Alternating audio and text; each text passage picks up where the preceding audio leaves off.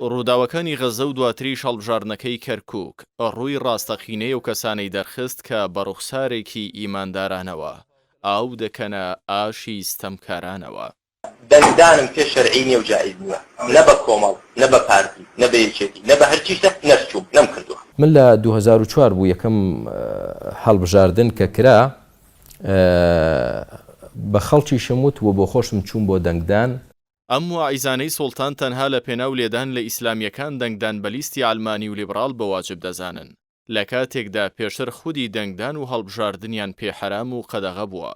ئەمەش لە کاتێکدا ئیسلامیەکانی کوردستان لە ساڵی 1992ەوە بەشداری لە پرۆسە جیاوازەکانی هەڵبژاردندا دەکەن و لە هەر قۆناغێکیشدا لە نوێنەرایەتی و حکومڕانیدا بەشدار بوو بن، جوانترین نمونەیان نیشان داوە.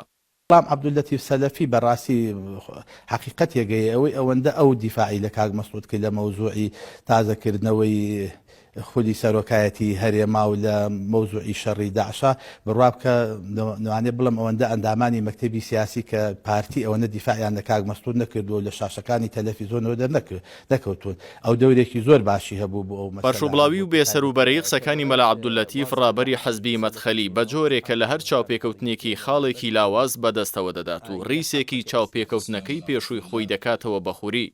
کوردەواریش ڕاستیان وتووە، هەر کەس زۆر بڵێت هەڵەش زۆر دەکات. کەسی بێهێز و بێتوانە هیچ نییە، ینی کەسێک کە بۆ نمونە با بڵین دەستپاچیشە بەڵام ئەمینە بەڵام قەوی نییە، کە قەوی نەبێ هیچ نییە، کە قەوی نەبێ بەهێز نەبێ هیچی پێ ناکرێ.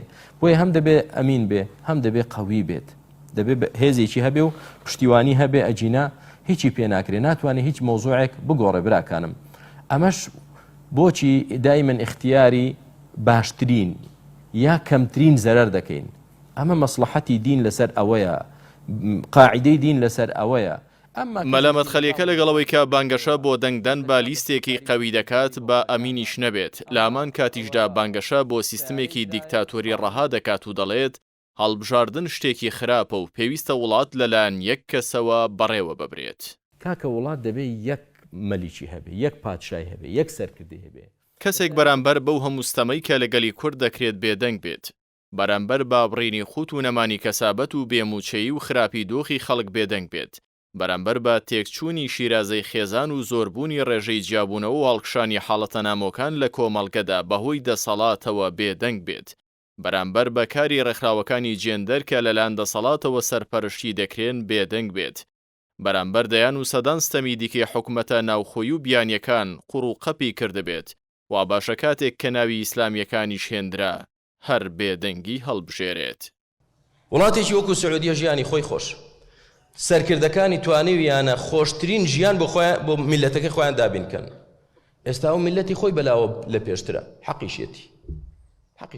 لای مسلمانانی کوردستان و جیهانیش ڕوونەوە پێویستە زانایان و مسلمانانی ئاینی سەرمەشقی دژاتی زوڵم و ستەم بن، نەک بەرامبەر ئیمتیازی مادی و معنەوی و چاوپۆشینی حەزب بە دەسەڵاتدارەکان لە کارەکانیان، کار بۆ خەفەکردنی دەنگی ناڕازی خەڵک بکەن و تەنانەت خۆپشاندان و گەربوونەوەش بە ناشەرعی بزانن. ڕابەرانی حەزبی مەدخەلی لە هەرێمی کوردستان و وڵاتانی مسلمان نشین و عەرەبی هەمیشە بەوە ناسراون پاڵپشتی دەسەڵاتدارانن، ژیانیان دابین و خۆشە و تووشی هیچ ناڕەحەتیەک نابن. دەسەڵاتدارانی ستەمکار ڕێگان بۆ کردوونەتەوە و دەستیان بۆ شل کردوون، ئەوانیش بەدڵی دەسەڵاتداران دەدوێن و بە باڵای ئەواندا کاڵایی فتووا دەدورون. ئەم خۆ بچووکردنەوە و مامەحەمەیەی مەدخەلیەکان بۆ دەسەڵاتداران بە تەواوی پێچەوانەی سروشتی زانانی پێشین و سەلەفی ئوممەت بووە کە هەمیشە دژی ستەمکاران وەستاونەتەوە ئەگەر خەلافەتی ئیسلامیش بۆ بن، بەڵام ئەوان لەکوێ و ئەمان لەکوێ؟ غەیری محاضەرەکە وەرە بڵێ با ڕەسمێک بەیەکەوە بگرین، بزانە دەیگرم لەگەڵت نەخێت، چووە مەسلحەتی تێدا نییە.